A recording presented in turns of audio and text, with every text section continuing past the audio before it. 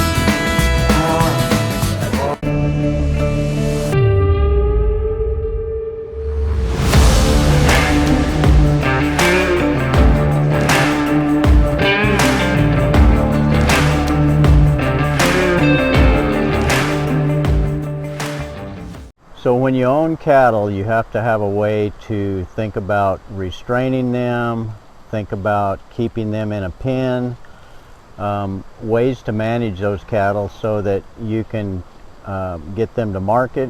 If you're a grass-fed operation, get them to the butcher. All those things require some kind of a management facility. And so I thought today I would go through our corral system, our working pens, and not to show you the extravagance of those pens, but to show you some ideas that you might incorporate into some designs for those of you that haven't yet built some working facilities. When I started out, I had just woven wire pens, and they're problematic. If you have any cattle that are a little bit on the non-gentle side, they're going to test your fences. You will have calves that will escape, things that can really complicate your life. So a good set of working pens, a good facility that allows the cattle to be cut out so that you can separate the cows, separate the calves, hold those entities in the appropriate area, and then safely load them on a truck or a trailer. And so with that in mind, I just want to go through our working pens and show you what that looks like. So we built these pens with a big wing that allows us to get the cattle in from two different pastures. So we can open these gates and drive the cattle in. I prefer to call them in. And again, with the rotational grazing, when you're moving paddocks every day, those cattle learn to come to your voice. If I need to bait some of them, I will feed them some cubes, and they readily will pin themselves in most instances. Now, if you get some non-gentle cattle, that'll be a problem occasionally, but we've got two gates that serve two 35-acre pastures, and all my acreage is on the other side of a county road. All work off of these pens, so I have to get the cattle on the other side of the road into these pastures to work them if I need to do so. But we open these gates, call the cattle in. I leave these gates closed so the cattle can't graze in this wing. Right now I'm storing some round bales in here just because I'm running out of room, but I leave it open enough that I can get in and out with cattle to the main set of pens. So this little trap allows us to funnel the cattle into the corral. So gate over here, we work both ways. Whichever pasture the cattle are in, then we can go ahead and move the cattle on into the corral system.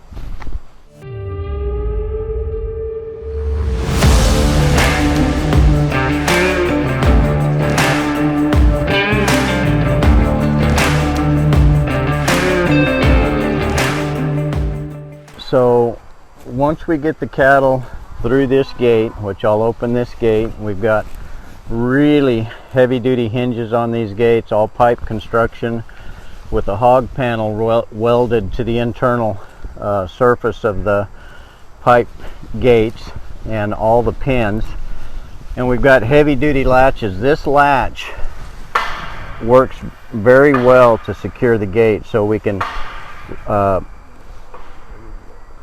put the latch into the post. We've got a little catch up here that we flip, and that latch cannot be undone. And that's particularly useful for those of you that have horses that are smart about opening gates.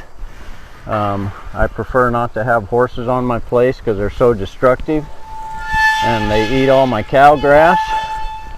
So we open that gate, the cattle go into the pens, and then we have 4 different pens that are about equal size. So we have a pen with a watering trough on both sides of this working chute. So if you leave cattle in here for an extended period of time or overnight, they've got water. And you can see the construction of these pens. We've got a really heavy duty, it's a hog panel, and it's welded to the pipe, and it's virtually indestructible. I've not had any cattle even injure the wire panels. So we'll put them in one pen. Typically they want to go to the far side, which will leave the gates open, which is good. And once we get them through the far side, they always work better coming back to the chute once they're to the far side, because they want to go back to where they came into that wing at. So they go through to the far side, we shut the gates appropriately, then we can work smaller bunches of cattle back this way. We have a nice swing around here that helps us feed the chute system. So this particular gate here would swing shut, and then the cows that are in this pen over here will be fed into this alleyway. And we've got a 2-gate system.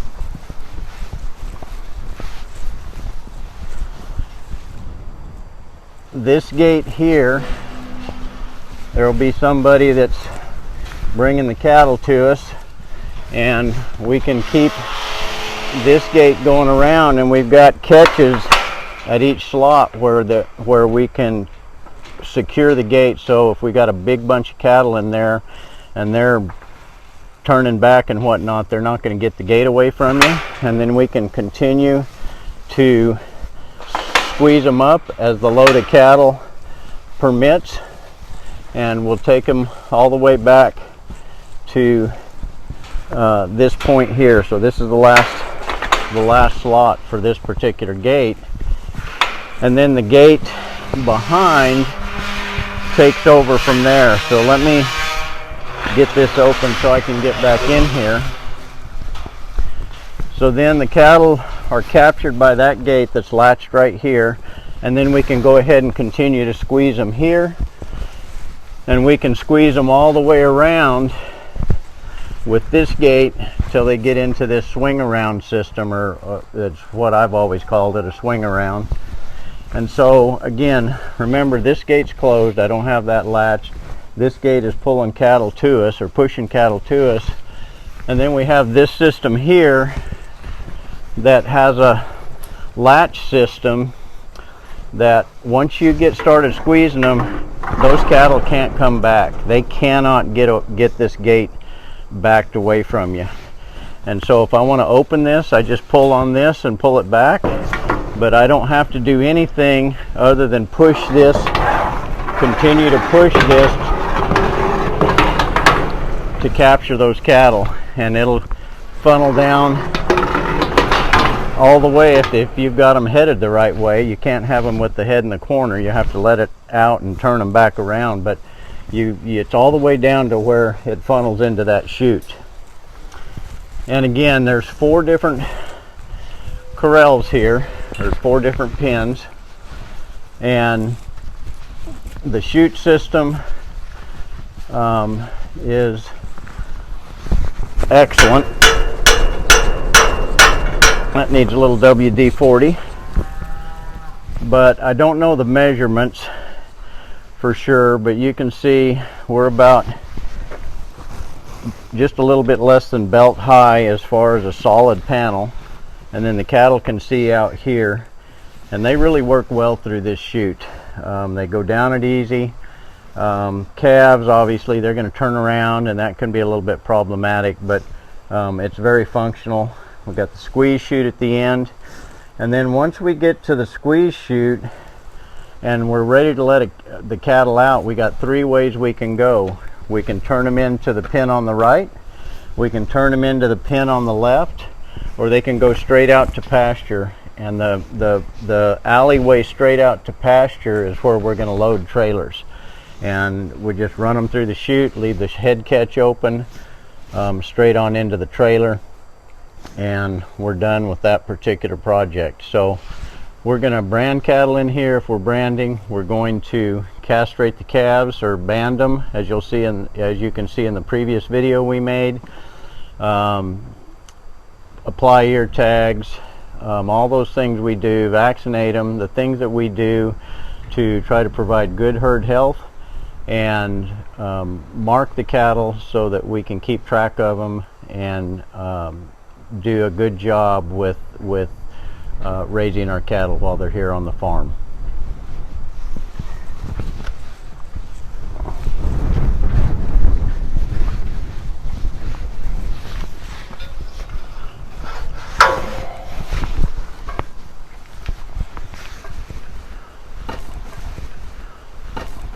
So at the back of the chute, then we have 2 gates that where if I'm going to palpate these cows, I can catch them at their head. We're gonna open the tailgate, which is done in this situation. We may squeeze those cattle, so we'll squeeze them so they can't bounce around too much. And then if I'm going to palpate them, I'm going to open this gate and come in here and do the palpation, and then I can get out of the way. Now the good thing about this, and I actually opened this the wrong way, if I got a chute full of cattle, I can take this gate and latch it there so the cows behind can't run over the top of me. And that's really important from a safety perspective, because they'll get to messing around in there and they're nervous and wanting to figure out a way out, and they see a little bit of daylight and they will do some crazy things. I've been hurt by a cow one time really bad in my life, and a cow jumped through we were working her, trying to get her in the chute at a different place, and she kept turning back, and it wasn't a very good setup, and I was trying to turn her around, and she saw a little daylight between me and the fence, and she lunged for it, hit me with the front of her body, knocked me flat on my back. Her back feet came and hit me square in the chest, totally knocked all the air out of me. She was the last cow we were working, which is always the worst cow, and she turned around, and I knew I was in trouble because I was out of air. I couldn't breathe at all. I climbed up on the fence and just held on there for just a little bit, and shortly after I got on the fence, and mind you, she's hooking me in the tail end, my vision went totally black. I couldn't see anything. I could hear everything going on around me, but I couldn't see anything, and it was a really scary experience, because I got enough medical training on the veterinary side to think to myself, I think I'm fixing to die, because I was afraid that I was losing my vision, possibly because my pericardial sac, the sac around my heart, was filling with blood, and I was thinking I was losing blood from not enough blood flow from my heart. Of course, I always think the worst. That didn't happen, but it took a good 2 or 3 minutes for my vision to clear, and we quit working cows that day. So safety is the big issue that you need to deal with when working cattle, because even a gentle cow will run you over, and so you got to be set up. Most people starting out, you're not going to have the facility I have. This facility was actually quite expensive because it's all pipe, it's all hand welded.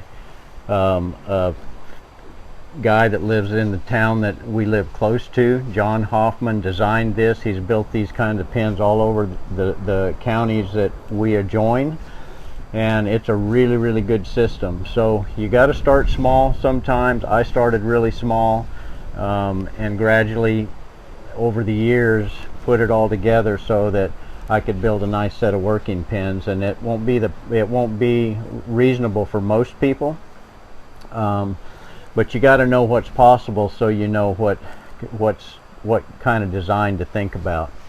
We've got our chute area covered, which is really nice in inclement weather. It's good because it's hot here, and it's miserable working cattle out in the heat of the day when that sun's beating down on you.